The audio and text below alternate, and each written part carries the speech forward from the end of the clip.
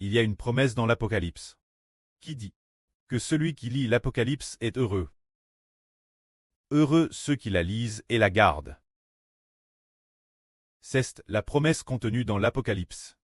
Parmi les 66 livres de la Bible, aucun livre ne dit que celui qui lit ce livre est heureux. Seul l'Apocalypse a une telle promesse. Alors dans ce cas, devrions-nous lire souvent Apocalypse? Oui, nous le devrions. En fait, nous étudions l'Apocalypse 4 fois par an. De plus, frères et sœurs, pendant la louange, nous avons spécialement mis l'Apocalypse en mélodie de louange de gloire, ainsi que d'autres mélodies. Alors si nous finissons de louer une fois en 10 jours, en finissant de louer pour une tribu, alors en 10 jours environ, nous aurons terminé de chanter une fois l'Apocalypse.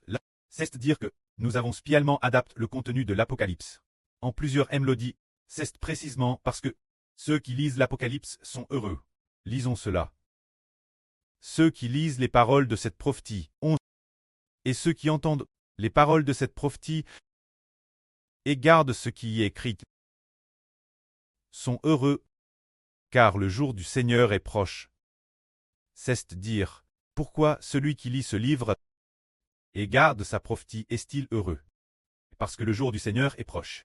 Plus on le lit, plus on découvre que le jour du Seigneur approche, et que nous devons bien laver nos robes. Plus on lit, plus nous comprenons qu'il faut veiller. Le jour du Seigneur est déjà proche.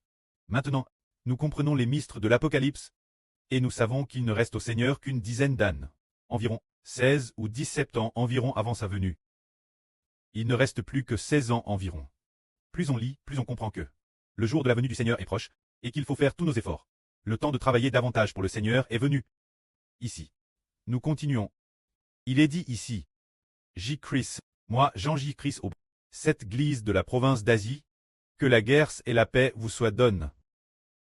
De la part de celui qui est, qui était, et qui vient, le Dieu éternel, et des 7 esprits devant son trône, et de la part de Jésus-Christ.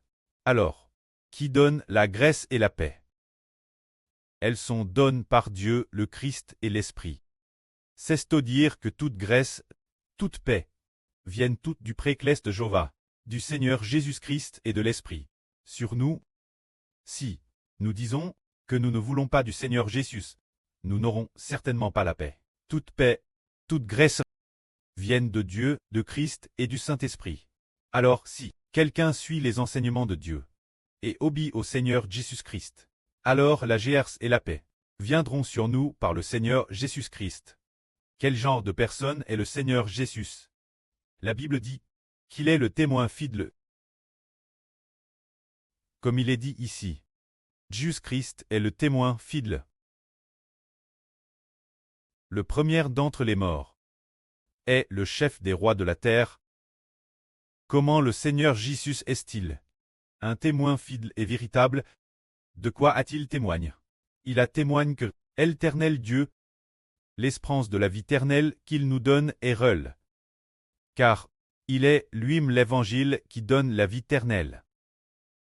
Lui-même est ressuscité des morts pour nous apparaître, pour nous faire comprendre que, en effet, le préclès éternel, l'espérance de la vie éternelle qu'il nous donne est réelle.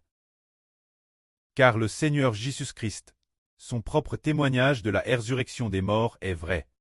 Alors le Seigneur Jésus n'est-il pas fidèle, le témoin fidèle de Dieu, témoignant que la promesse de Dieu est réelle?